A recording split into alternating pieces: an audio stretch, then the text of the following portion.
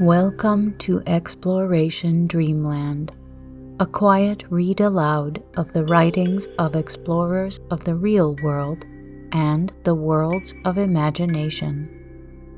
Drop anchor, relax into your comfortable bunk, and drift off to Dreamland with us as we read a lightly edited version of Cave Regions of the Ozarks and Black Hills by Luella Agnes Owen, published in 1898.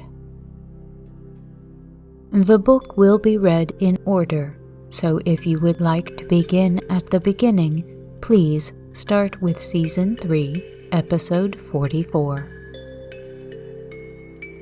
Content note: if by some chance you feel inspired to investigate any locations mentioned, please keep in mind that they may not be currently accessible to the public.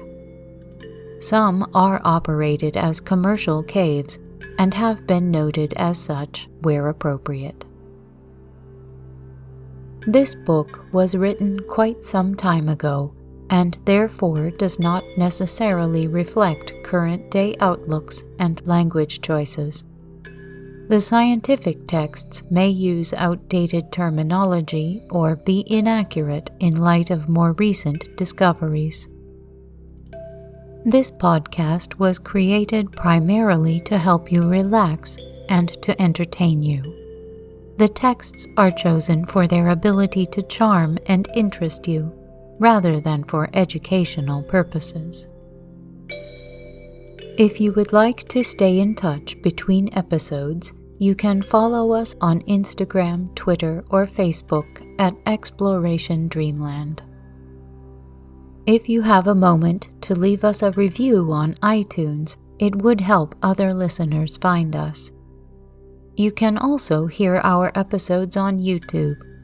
If you are listening there, please like our episodes and leave a comment for us. We'd love to hear from you. Now, take a deep breath in, and as you exhale, relax any tension in your muscles. Close your eyes, snuggle into your sleeping space, and listen to tonight's tale.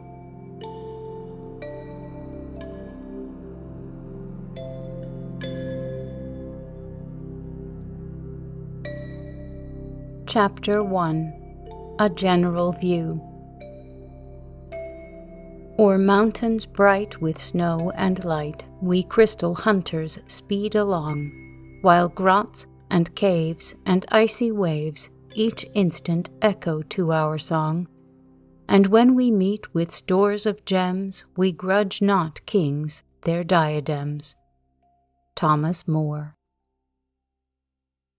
The southern half of the state of Missouri and the Black Hills of South Dakota offer exceptionally delightful regions for the study of caves, or speleology as it has been named, and the sister sciences of geology and geography at the same time. In fact, it is impossible to study either without giving attention to the other two, and therefore, instead of being separate sciences, they are the three branches of a great scientific trinity. The regions here referred to enjoy the advantage, and at the same time suffer the disadvantage, of being comparatively little known to the ever-restless tide of tourists who naturally hail with pleasure the announcement that some easily accessible and thoroughly charming spot has escaped their attention altogether, with a marvelous store of attractions which are both extremely old and wholly new. Each of these regions has a peculiar geological history not repeated in any other portions of the earth's surface. Each is blessed with its own peculiar style of beautiful scenery, and each vies with the other and all the world besides for the supremacy of its truly wonderful caves. Yet it should be well understood that the claims are not based on an unworthy spirit of rivalry, nor any desire to deny the greatness and beauty of already famous members of the cave family. It is simply an announcement that the family is much larger than has been generally supposed, and the more recently presented members worthy of the full measure of distinguished honors.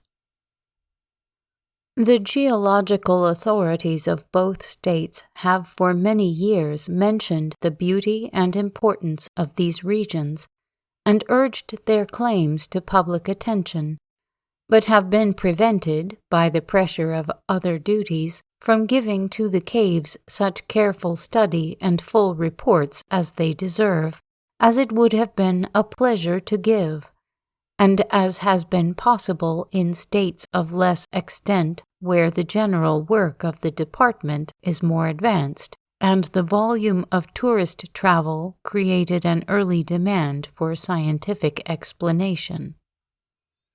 Without any great difficulty we can understand the process of cave excavation by the action of percolating acidulated water on the limestone, and its subsequent removal as the volume of surface drainage diverted to the new channel gradually increased.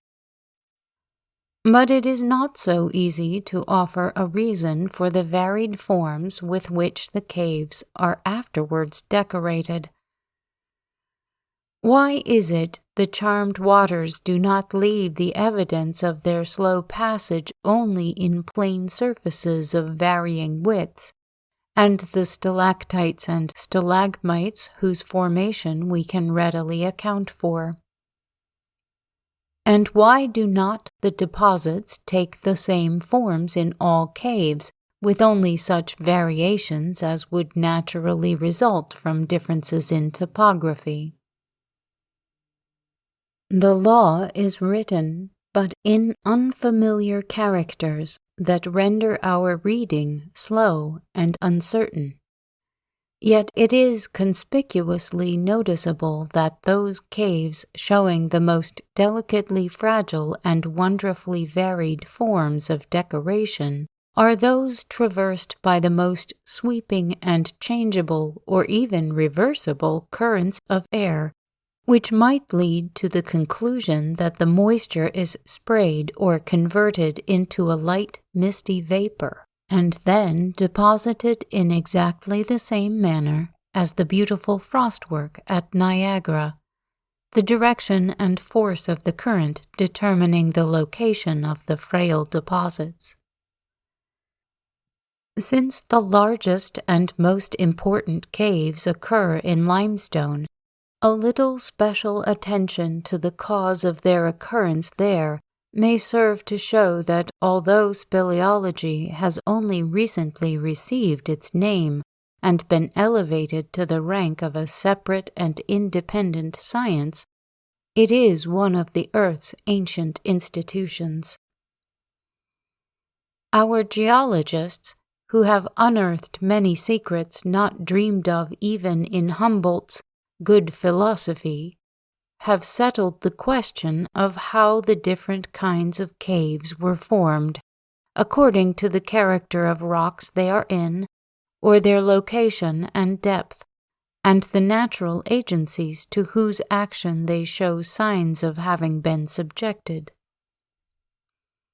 Dr. H. C. Hovey, in his Celebrated American Caverns, says, quote, "In visiting caves of large extent, one is at first inclined to regard the long halls, huge rifts, deep pits, and lofty domes as evidences of great convulsions of nature, whereby the earth has been violently rent asunder.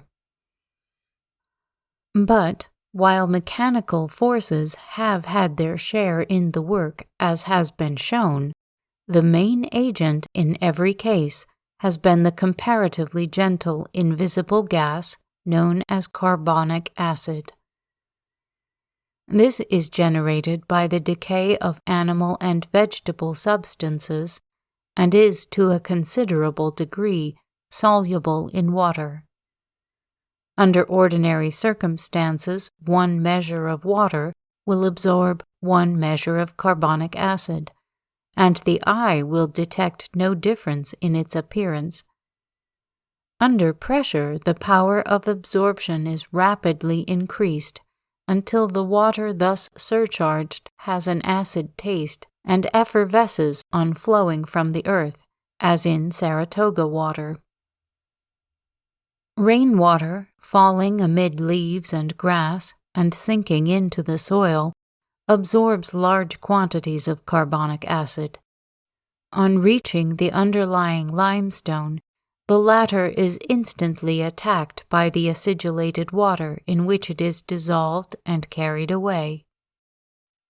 It is agreed among geologists, amazing as the statement may seem, that the immense caverns of Virginia, Kentucky, and Indiana, including Mammoth Cave itself, the largest of all, were eaten out of the solid mass of limestone by the slow, patient, but irresistible action of acidulated water." End quote.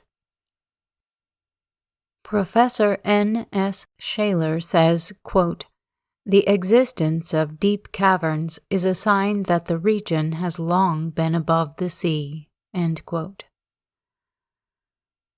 Through the kindness of Professor C. J. Norwood, Chief Inspector and Curator of the Geological Department of Kentucky, it is possible to quote the first official report made on the caves of that state and published in 1856 in Volume 1, Kentucky Geological Survey Reports. Dr. Norwood says, quote, "Referring to the subcarboniferous limestone, now known as the St. Louis group of the Mississippian series, Dr. Owen says, the southern belt of this formation is wonderfully cavernous, especially in its upper beds, which being more argillaceous and impregnated with earths and alkalis, are disposed to produce salts, which oozing through the pores of the stone effloresce on its surface, and thus tend to disintegrate and scale off, independent of the solvent effects of the carbonated water. Beneath overhanging ledges of limestone, quantities of fine earthy rubbish can be seen, weathered off from such causes. In these I have detected sulfate of lime, sulfate of magnesia, nitrate of lime, and occasionally sulfate of soda. The tendency which some calcareous rocks have to produce nitrate of lime is, probably, one of the greatest causes of disintegration. Most extensive subterranean areas thus have been excavated or undermined in Edmondson, Hart, Grayson, Butler, Logan, Todd, Christian, and Trigg.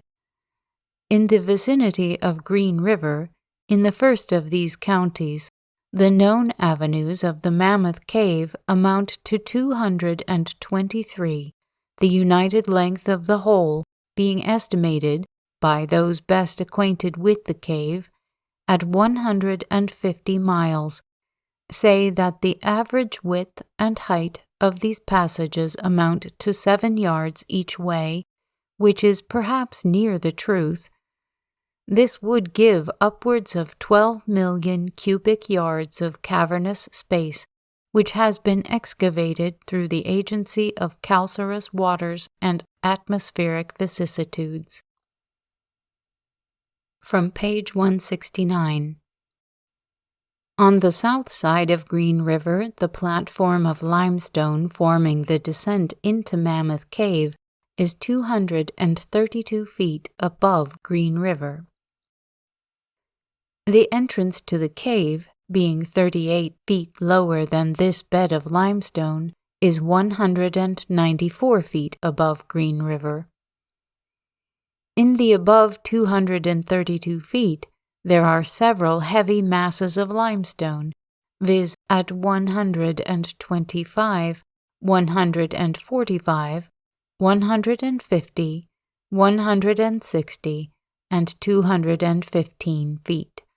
But it is probable that most of these have tumbled from higher positions in the hill, as no alterations of sandstone have been observed at these levels in the cave. From an elevation of from 240 to 250 feet, the prevalent rock is sandstone without pebbles, which can be seen extending up to 312 feet to the foundation of the cave hotel. The united thickness of the limestone beds on this part of Green River is about 230 feet, capped with 80 feet of sandstone. About midway of the section on this part of Green River are limestones of an obscure oolitic structure, but no true oolite was observed. Many of these limestones are of such composition as to be acted on freely by the elements of the atmosphere, which, in the form of nitric acid, combine with the earthy and alkaline bases of calcareous rock and give rise to the formation of nitrates with the liberation of carbonic acid. Hence, the disintegrated rubbish of the caves yields nitrate of potash after being treated with the ley of ashes and subsequent evaporation of the saline lixivium. The wonderfully cavernous character of the subcarboniferous limestones of the Green River Valley, and indeed of these particular members of the subcarboniferous group, throughout a great part of its range in Kentucky and Indiana, is due in a great measure to this cause, together with the solvent and eroding effects of water charged with carbonic acid. The rock houses frequently encountered both in this formation and in the limestones of Silurian date are produced by similar causes. The more easily disintegrated beds gradually crumbling away, while the more durable remain in overhanging ledges. By the oxidation of other elements, sulfates of oxide of iron and alkalis result, which, by double decomposition with carbonate of lime, give rise to the formation of gypsums, which appears in the form of rosettes, festoons, and various other imitative forms on the walls and ceilings of the caves. Crystallizations of sulfate of soda and sulfate of magnesia are not uncommon, both in some of the caves and in sheltered situations under shelving rocks." End quote. The explanations thus given of the excavation and subsequent refilling and decoration of the limestone caves of Kentucky and Indiana apply equally well to those of other states. But it is to be remembered that at the time of Dr. Owen's report, onyx, the most beautiful and valuable of dripstones, had not yet been discovered in the United States, while now especially fine deposits are known in California, Utah, Missouri, South Dakota, and Arkansas, the Missouri supply being exceptionally valuable on account of the marvelous delicacy and beauty of its coloring. Nor can it soon be exhausted, as deposits have been found in 8 counties, and further exploration will no doubt discover more. Concerning the subcarboniferous or Mississippian series in Part 1, Volume 4, Missouri Geological Survey, Dr. C. R. Keyes says, quote, "In the great interior basin of the Mississippi, the basal series is exposed more or less continuously over broad areas, extending from northern Iowa to Alabama, and from Ohio to Mexico." End quote. While this broadly extended series of limestone is honeycombed in many places and all directions by wonderful caverns, those of the Ozark regions in Missouri, although comparatively little known, are well worth knowing, and are possibly the most ancient limestone caves in the world. Of the region in which they occur, Dr. Keyes, in the volume last quoted, says, quote, "The chief typographical feature of the state has long been known in the Ozark uplift, a broad plateau with gentle quaqueversal slopes rising to a height of more than 1,500 feet above mean tide, and extending almost entirely across the southern part of the district. On all sides, the borders of this highland area are deeply grooved by numberless streams flowing in narrow gorges.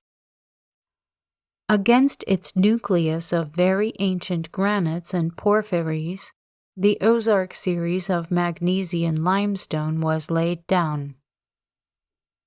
Then the area occupied by these rocks was elevated, and around its margins were deposited successively the other members of the Paleozoic. The Ozark region was thus the first land to appear within the borders of the present state of Missouri. He further says, although it has long been known that the magnesian limestones are older than the Trenton, and that they lie immediately upon and against the Archean crystallines uncomfortably, their exact geological age has always remained unsettled. There seems to be but little doubt, however, that part of the series is equivalent to the calciferous of other regions. It is also pretty well determined that certain of the lower beds, all below the saccharoidal sandstone perhaps, are representatives of the Upper Cambrian or Potsdam. These conclusions appear well grounded both upon stratigraphical and faunal evidence. The rocks of the Ozark region have not as yet received the necessary detailed study to enable the several lines of demarcation to be drawn with certainty. This investigation is now being carried on as rapidly as possible and promises very satisfactory and interesting results in the near future. The early geological reports represent the magnesium limestone series as made up of 7 members. Following Swallow, these may be briefly described in the present connection. Beginning at the top, they are first magnesian limestone, first or saccharoidal limestone, second magnesian limestone, second sandstone, third magnesian limestone, third sandstone, fourth limestone. End quote. The fourth magnesian limestone, or lowest number of the Ozark series recognized, has its typical exposures along the Niangua and Osage rivers in Morgan and Camden counties. Professor Swallow, in his Missouri Geological Survey Reports 1 and 2, 1853 and 1854, says, quote, "Caves, natural bridges, and subterranean streams occur in the valley of the Osage and its tributaries." The same authority of 40 years ago also mentions that some of the grandest scenery in the state is produced by the high castellated and mural bluffs of this third magnesian limestone formation on the Niangua and the Osage. Another reference to the scenery on these rivers describes it as wild and grand, beautiful and unique, with gaudy-colored bluffs.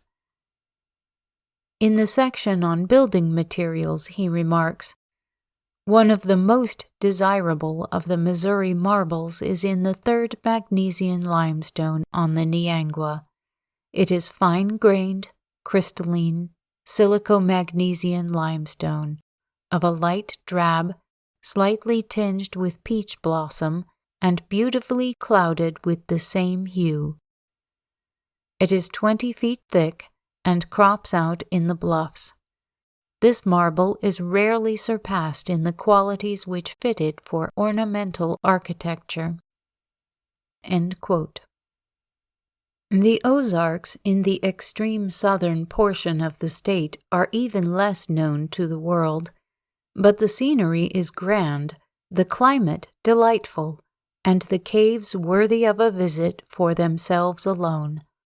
The state of Missouri being 1/3 larger than England and of equal size to Switzerland, Holland, Belgium, and Denmark combined, it is not surprising that interesting discoveries are still to be expected. The climate is so varied on account of the range in latitude and altitude, and the natural resources are so great, the claim has been made that if the state were surrounded by an impassable wall, its citizens need not be deprived of any article necessary to a refined and luxurious mode of living.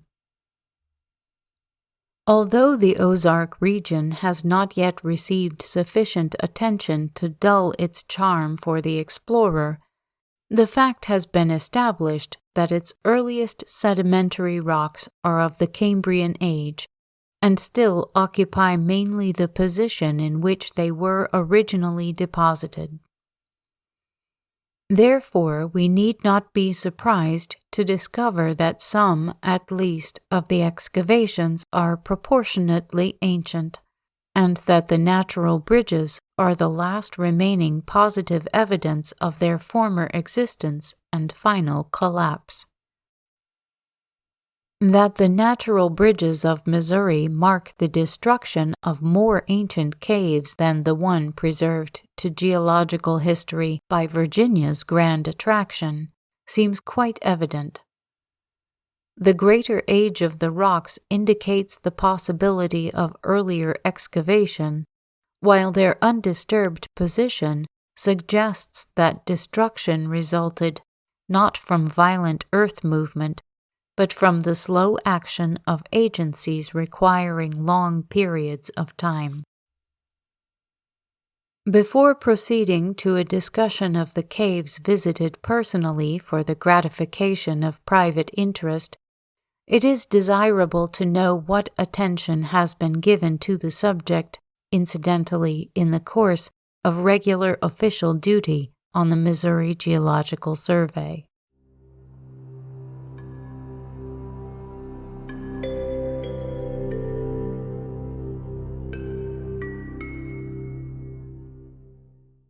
Caves described in the state reports. Although many unknown caves must yet be discovered in the imperfectly explored portions of the vast Ozark forests, these finds are already so numerous as to seldom attract attention according to their just deserts. One of the comparatively recent of these discoveries is Crystal Cave at Joplin, described on page 566, Volume 7, Missouri Geological Survey Report, 1894. It was opened in the lower workings of a shaft of the Empire Zinc Company, and, quote, "The entire surface of the cave, top, sides, and bottom, is lined with calcite crystals, so closely packed together as to form a continuous sheet, and most of them of great size and well-formed faces. Scalenohedra as much as 2 feet long are sometimes seen, and others a foot or more in length are common. Plains or crystal ghosts, sometimes with pyrite crystals, marking stages of growth in the calcite crystals, are often distinguishable. The entire absence of anything like stalactites is noticeable, and together with the presence of the crystals, show that the cave was completely filled with water during their growth." End quote.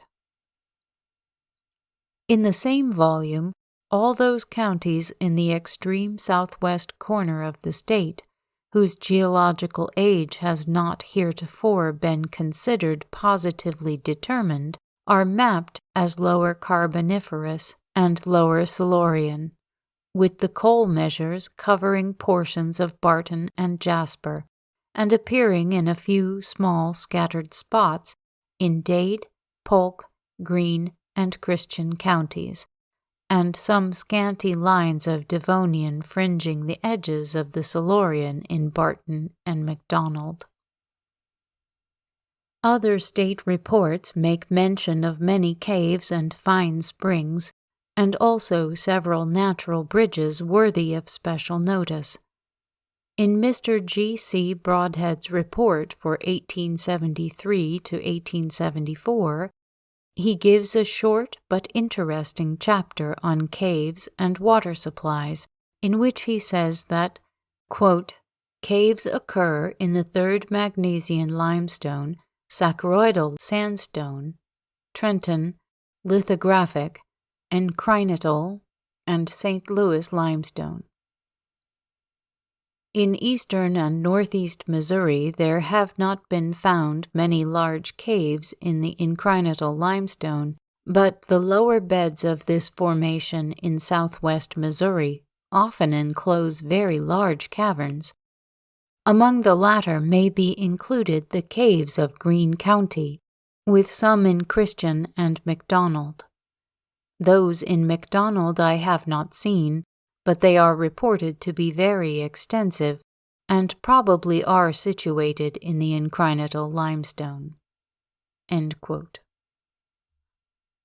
Under the head of special descriptions he says, quote, "On Sac River, in the north part of Greene County, we find a cave with two entrances, one at the foot of a hill, opening toward Sac River, 45 feet high and 80 feet wide. The other entrance is from the hilltop, 150 feet back from the face of the bluff. These two passages unite. The exact dimensions of the cave are not known, but there are several beautiful and large rooms lined with stalactites and stalagmites, which often assume both beautiful and grotesque lifelike forms. The cave has been explored for several hundred yards, showing the formations to be thick siliceous beds of the lower Carboniferous formations.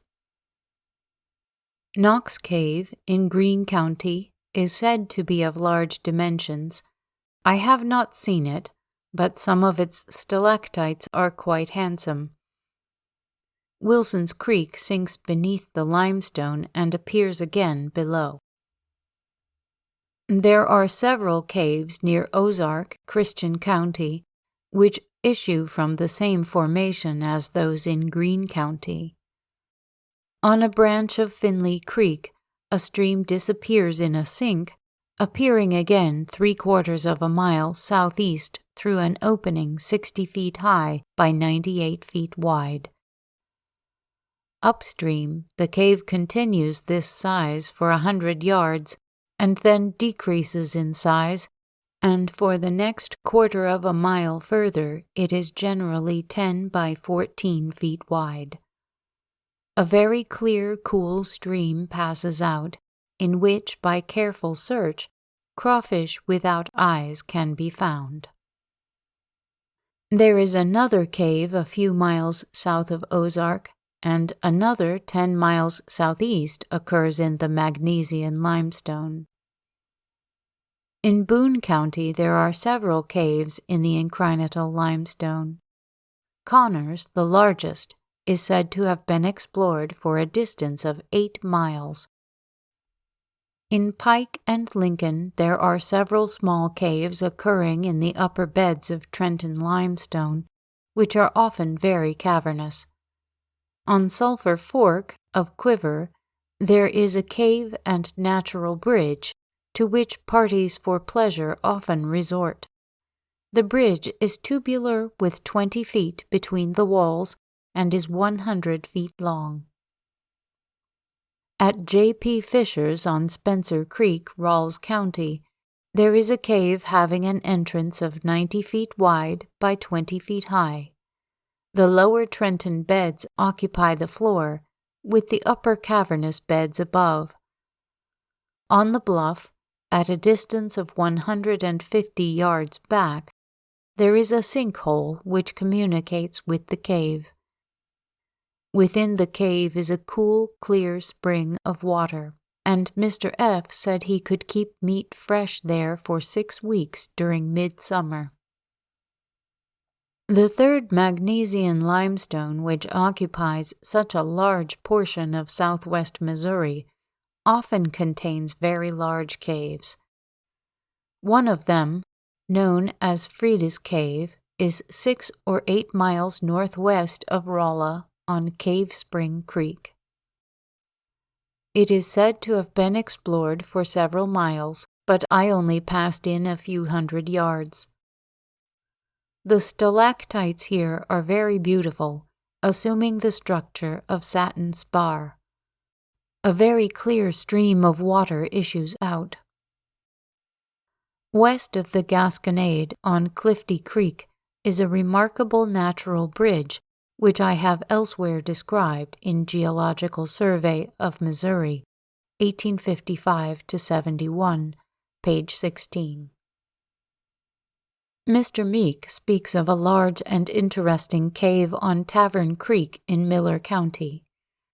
Dr. Schumard estimates a cave on Bryant's Fork in Ozark County to be 1.5 miles long. End quote.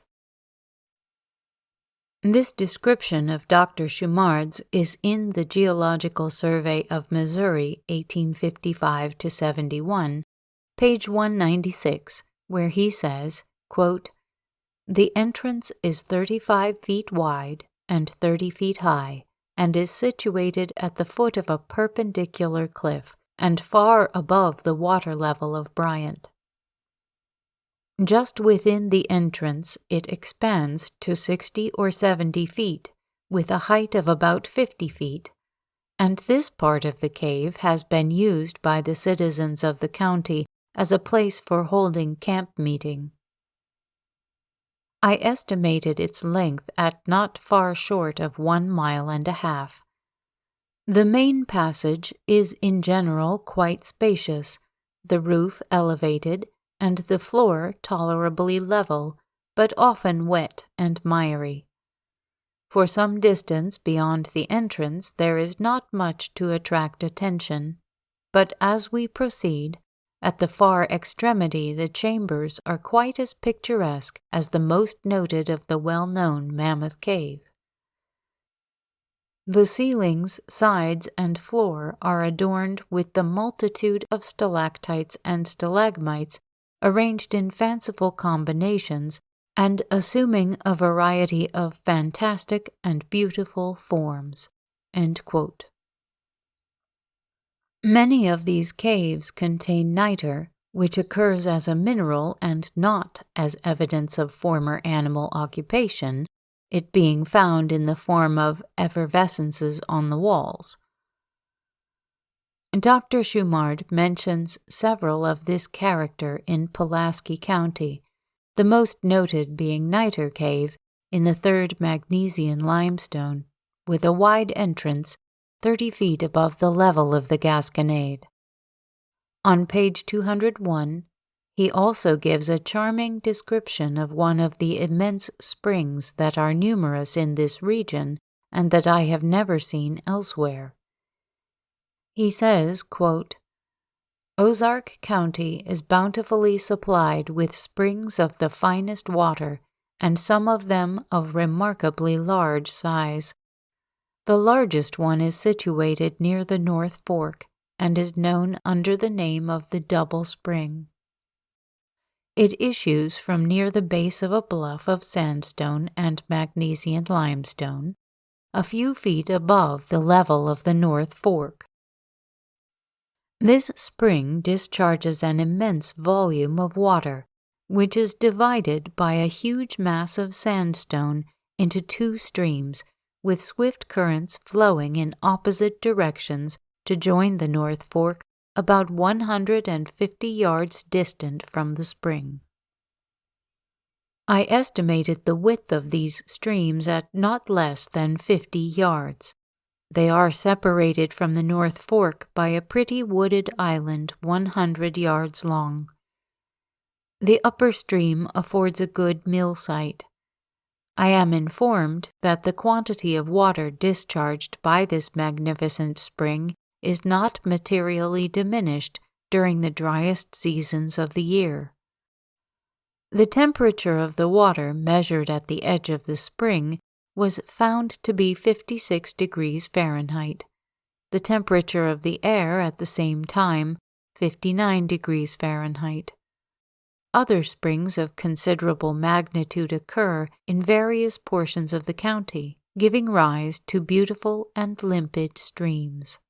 End quote. The descriptions of the natural bridge and Frida's cave near Rolla, previously referred to as being on page 16 of the same volume, are as follows. Quote, "On Clifty Creek found the chert bed occurring about 60 feet from the top of the third magnesian limestone, with a road passing over its upper surface, presenting it very favorably for observation. It seemed here to be broken by vertical cracks into large rhomboidal blocks. Further up this creek, in a wild and secluded spot, observed a natural bridge with 6 feet of this chert bed at its base and silicious magnesian limestone above. The span of this bridge is about 30 feet, an elevation of opening about 15 feet above the water. The thickness of the rock above is about 12 feet, and width on top about 15 feet. Two small streams come together, one from the west and another from the southwest. A point of the bluff on the southwest fork spans the northern fork and terminates about 60 feet beyond in a sharp point. A few large masses of rock lie near the termination of the promontory, and 50 feet beyond, the bluffs of the opposite hills rise abruptly from the bottoms. The bluffs, both above and below, are very precipitous, the middle and lower beds of the third magnesian limestone forming perpendicular escarpments, frequently studded with cedar, some occurring on top of the bridge. A perfectly clear stream of water courses through this valley. The bottoms near are overspread with a dense growth of trees and vines, among which latter I noted the muscadine grape. The valley at this part being shut in by its perpendicular cliffs, with not a path to guide the traveler through the dense thickets, is wildly picturesque and romantic in its loneliness. Of the cave, he says, "This cave is 1/4 of a mile east of Cave Spring Creek, and has a wide and elevated entrance. Passing into it 100 yards or more, the passage narrows, and in order to go further, a stream of water has frequently to be waded through. This passage has been followed by some persons several miles without finding any object of interest, but a few 100 yards from the entrance, by diverging to the right, we enter a large chamber studded with stalactites and stalagmites, many uniting and forming solid columns of support. Many of these are very beautiful, and often as white as alabaster. There are other large rooms, but they possess no peculiar interest. Found large deposits of earth on the floor having a saline taste." Of the extensive pine forests in Ozark County, he says, "The size and quality of the timber will compare favorably with that of the celebrated pineries of Wisconsin and Minnesota." End quote. In several other counties, the pine is equally good, and other valuable timber everywhere abundant, although in a school geography published in 1838, the following descriptions of this region occur. Quote, "The lowlands of the Mississippi are bounded by the region of the Ozark Mountains. With the exception of the alluvial tracts on the borders of the streams, it is extremely hilly and broken. The mountains rise from 800 to 1,800 feet above the streams, with rounded summits and often perpendicular cliffs, and have a rocky surface, which admits only a scanty growth of timber." Missouri is generally a region of prairies and tablelands, much of which, as already described, is almost destitute of timber and water. It is crossed by the Ozark Mountains, which form a rugged tract of considerable extent. Earthquakes are not infrequent in some parts of this state. The soil is not generally productive." End quote. A comparison of these curious views with the latest official reports is highly amusing, as well as suggestive that early impressions are liable to require modification. In addition to the wonderful springs of pure water, there are numerous fine mineral springs, among which are a number of Epsom salt springs. At Jacksonville, in Randolph County, there is a large mineral spring from which it is said an overheated horse may drink all he will without injury.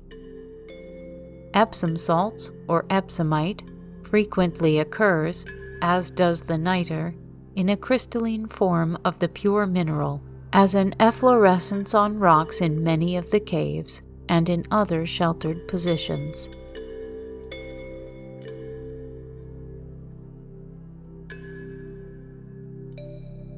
Stay tuned for the next segment from Cave Regions of the Ozarks and Black Hills by Luella Agnes Owen.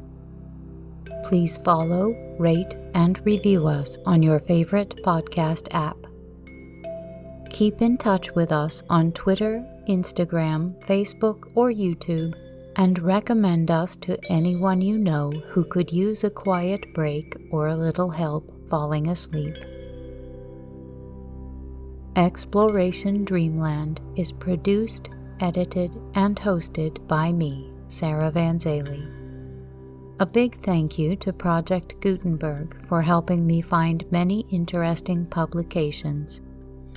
Thanks also to Kevin MacLeod at Incompetech.com for providing the theme music for this show. The title of this piece is Kalimba Relaxation Music, if you would like to visit his website to hear it in its entirety. Sweet dreams.